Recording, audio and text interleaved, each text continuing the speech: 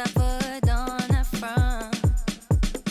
Usually I don't dance for mine, but you made me feel like I can. Usually I just pop to the beat. Now you got me moving my feet. Something about you. Hey girl. makes me feel Hey. safe. We just did a shoot together. How did it go for you? How did you like it? Was it good? Yeah, I loved it. It was so Yeah. much fun. It was was a so vibe. nice. It was such a vibe, and it was so nice to be around like a group of creative people as well. Yeah, it was really nice, and like I feel like the studio matches your vibe. Yeah. It's just really, really cool. Yeah, wanted to sit down with you after the shoot and kind of just ask you questions. Just a general conversation, little chit chat. Yeah. Leads to Birmingham. Come on. But yeah, for people that might not know your sound, who you are, just introduce yourself. Yeah. So I'm Ameenah. I'm a singer-songwriter from Birmingham, and I make kind of like house and garage kind of music.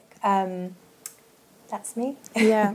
I actually first saw you on TikTok. Oh no Yeah, I way! saw I it didn't when- actually know that. Really? No, I I didn't didn't. mention that.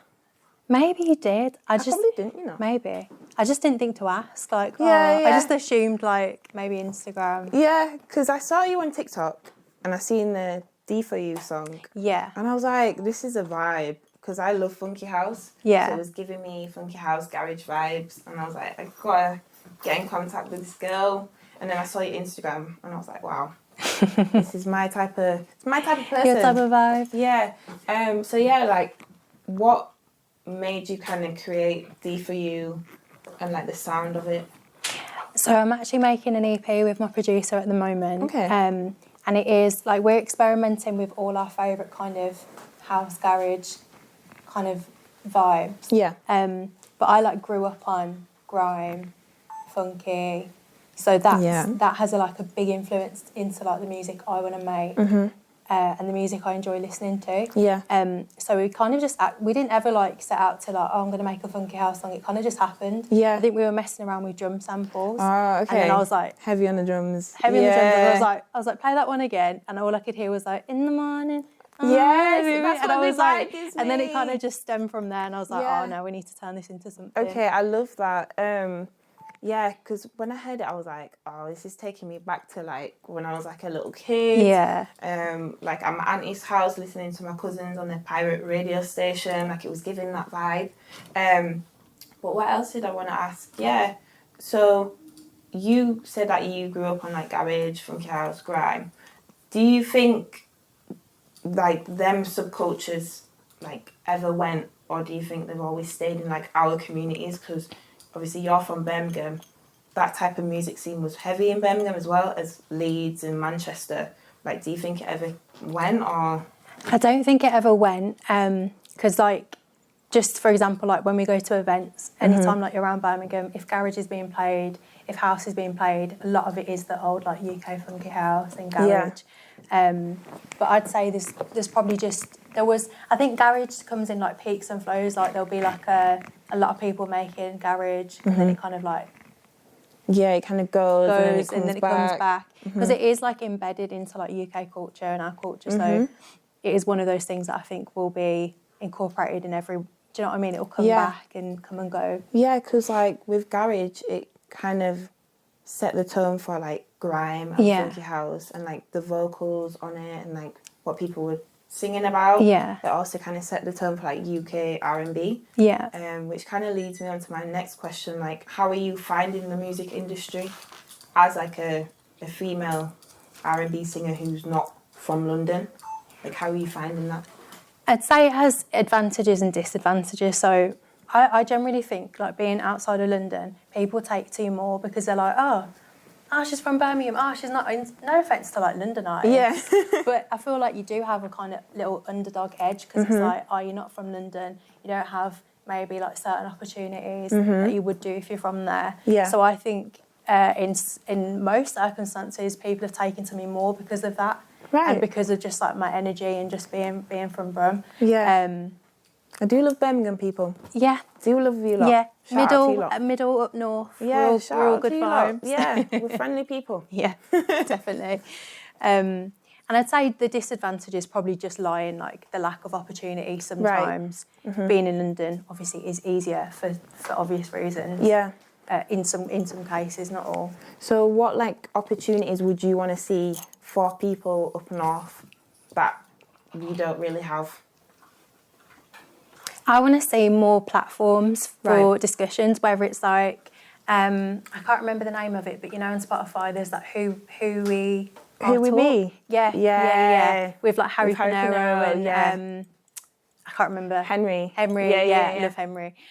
So like, I'd love to see more platforms for like artists in the West Midlands and North. Like, I'd love us to do that kind of thing as well. Yeah. And for not every sort of platform to be based in, and I know they're not. I know there are smaller ones, but like I'd say like the major ones, they're all kind of down south, aren't they? Yeah, they are. And like, I think as well, like we were saying, like up north, we've got such a different type of style. Our experiences are so different. Yeah. And like the things that I guess you sing about is going to be different to an artist down south. So yeah. I think that's what makes us different. We need to have this platform, but it's nice that we're having this chat. Yeah, definitely. Maybe it's the start of something. Yeah, who knows? Yeah, but do you feel a certain, I guess, pressure from outside communities or your own community in the sense of like you have to represent Birmingham and you have to represent being like, you know, a non-white artist? Like, how do you find that? So it's interesting because I think I feel like so talking about like my culture specifically, so like South Asian culture. Yeah. There's part of me that's like, I don't represent anyone else. I'm just one person. But then you have to accept that actually that kind of is like a form of white privilege. Like a white person doesn't represent the whole of like every white community, does it? Yeah. Because people are so varied. People have different upbringings, yada yada yada. But I feel like when you are a minority, it's kind of like people have a lot more stereotypes and people like assume that you represent others.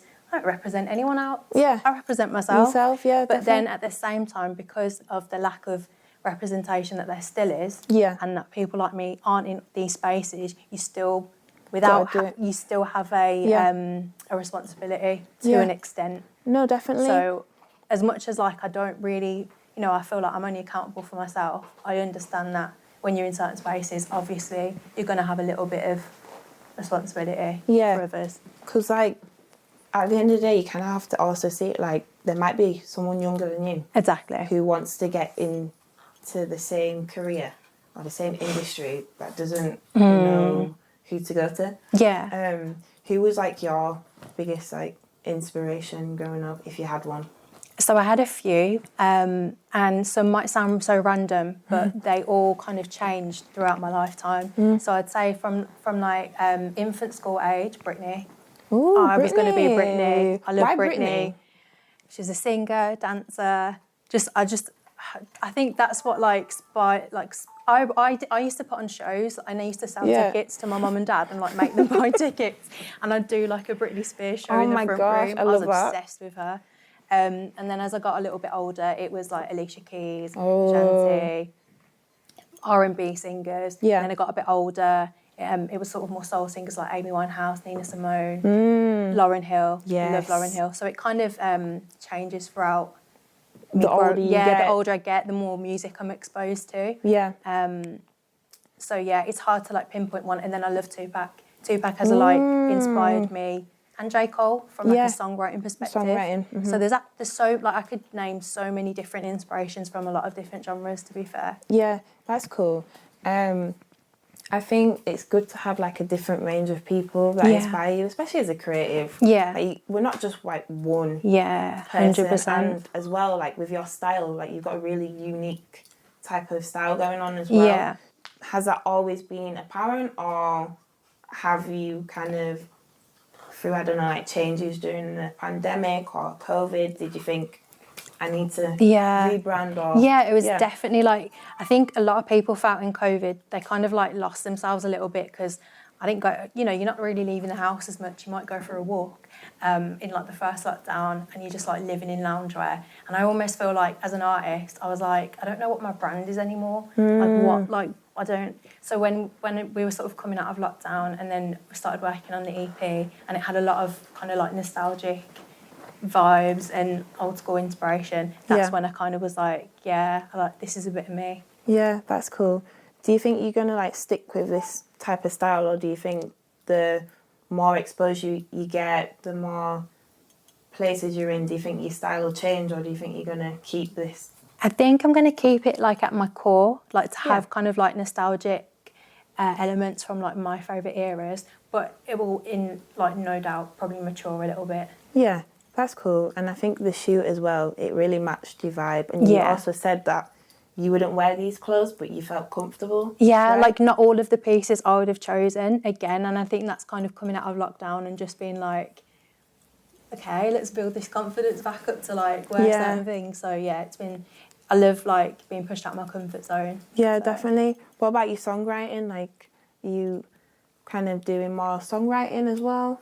Yeah, so I've been songwriting for years. I absolutely love it. And it's something I'd love to do for other people as well.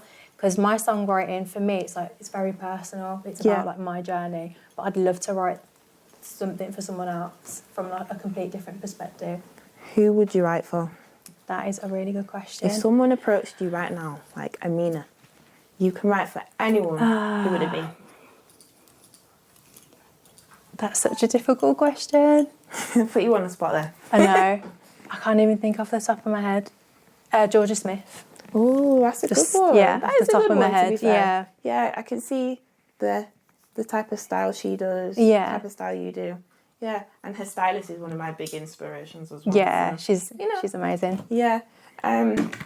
So what changes are you like wanting to see as well for women in the music industry? Because I know like we briefly had a chat about kind of like misogyny and sexism that goes on in the music industry, and I also was thinking about like grime and how not that you're a grime artist, but with the subcultures, like how heavily platformed and centered male identifying people are compared to women identifying people. So what would you want to see in the industry?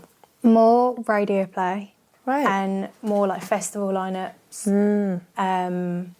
Because we're not on enough festivals. You read the festival lineups, and I think of like 2.5 Men's men. That's like that. It's like, well, okay. Literally, it's like, okay, you've got two like female identifying artists. Like, okay, great.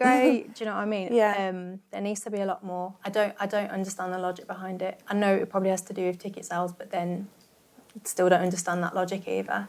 Because why wouldn't women, like, you know, female artists sell the same amount of tickets? I don't understand. Yeah. Don't get it. It's weird because like even like everybody loves female singers. It's not just like about male singers, and they might like rap or sing about totally different things that we can't really relate to. Yeah. So you've actually just made me think of something though. I think I feel like male artists are a lot more inclined to collaborate, and it's not necessarily because of. I'm not saying female artists don't want to, but we are like more, we're a lot more compared and like pinned against each other. Do you know what I mean? There's like one space for you, no one else. Yeah. Whereas like a lot of male artists will just jump on a tune together and collab. Like I want to see a lot more of that. Yeah. I feel like that will help collaboration as well. Yeah, definitely. Yeah, definitely. Yeah, I think that's like a thing with the industry where they like to compete like two women together. Yeah. And I think it's a bit weird though. Like it's really weird. I think it's always for like the male gaze as well. Yeah, it's like we're still doing this. Yeah, when we could all just get along, jump on a song. We could all just get along. Yeah, literally. Exactly. So would you collaborate with like someone like who, like, do you know any like Birmingham singers?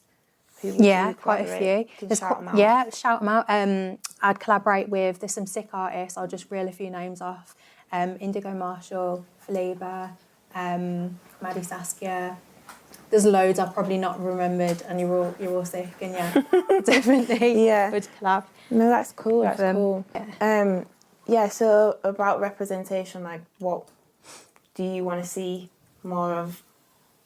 I guess we touched on that. Yeah, I definitely want to see a lot more diversity, obviously, in mainstream and like national radio play.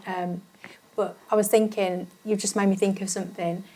When I was growing up, I always thought like representation didn't matter to me, because like my family and my mum and dad were very much like, they never kind of they never sort of said anything along the lines of no one is in the space you're trying to get to who looks like you, so you won't be able to get there. That was never put into my head.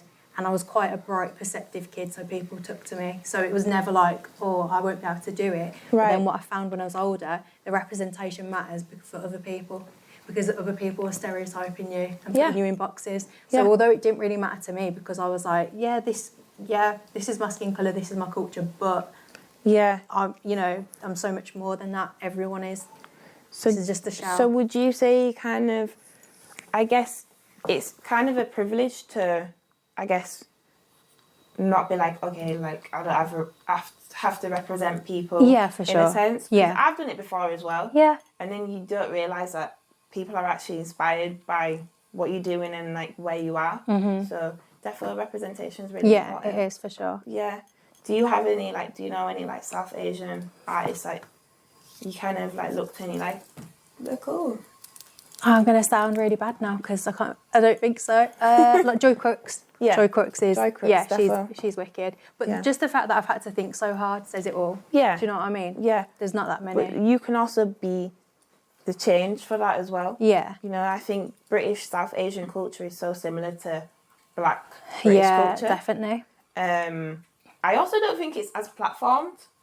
No, I'd agree. Yeah. Like, there's like BBC Asian Radio, and shout out to them because they're always supporting me. Yeah, yeah. But at the same time, like, I don't listen to that radio, and I'm gonna be 100% transparent. No. So I'm not gonna like really push for radio play there for somewhere I don't personally. Do you know what I mean? And my friends don't. Yeah. My family doesn't. Because, as I say, like, it needs to be like more mainstream and more spread out, and not just like, oh, one place for you, one place for you. That goes for everyone. Oh yeah, definitely. Yeah, I think it kind of like, it does put you in a box, right? And you don't want to be just one person, because as well, with being British as well. Yeah, exactly. You've also got that different niche. Yeah. Do you identify more with like your kind of Britishness? I get what you mean. Britishness, but kind of like the emergence of like so many different cultures. Yeah, definitely, 100%. And I've grown up around like, you know, there's white people I call my family. Yeah. And there's black people that I call my family. Like, if I say like my people, I'm never referring to South Asians. I'm just like my people, that my loved ones, the people that I roll with, the people that I'm cool with. So yeah, being exposed to a lot of different cultures and growing up with different cultures is super important, because you don't have that like one set mindset. You don't look at someone and have certain stereotypes. Exactly. Do you know what I mean? Because you've been around so many different people. Like Birmingham is such like a diverse pool of people as well. Like you're around everyone at the end of the day. But yeah, it was great chatting. I wanted to ask 2 more questions, right? Because, you know, I'm into fashion, I'm into music. Yeah. So, like, what song are you currently listening to on repeat at the moment?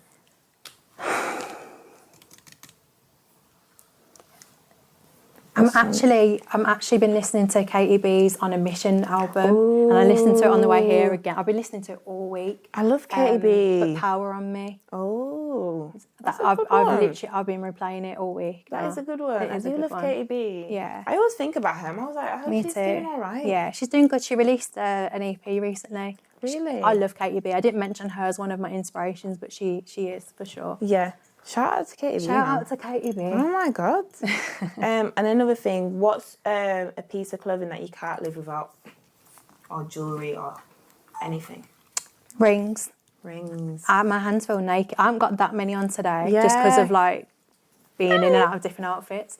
But I feel naked without wearing rings. Okay, rings. Okay, I need to...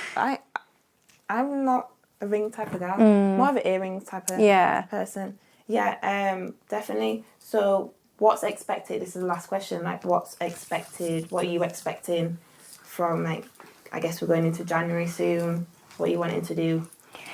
So I want to keep 2026? on just doing like fun creative things, meet like fun creative people like yourself, do a lot more networking, and get this EP out and just have fun with it. Shout out to the EP. Yeah, When's that it's coming out? I don't want know? to put like a set date on it, but it's early next year. Ooh, okay. Yeah. Thank you. Thank you for having me.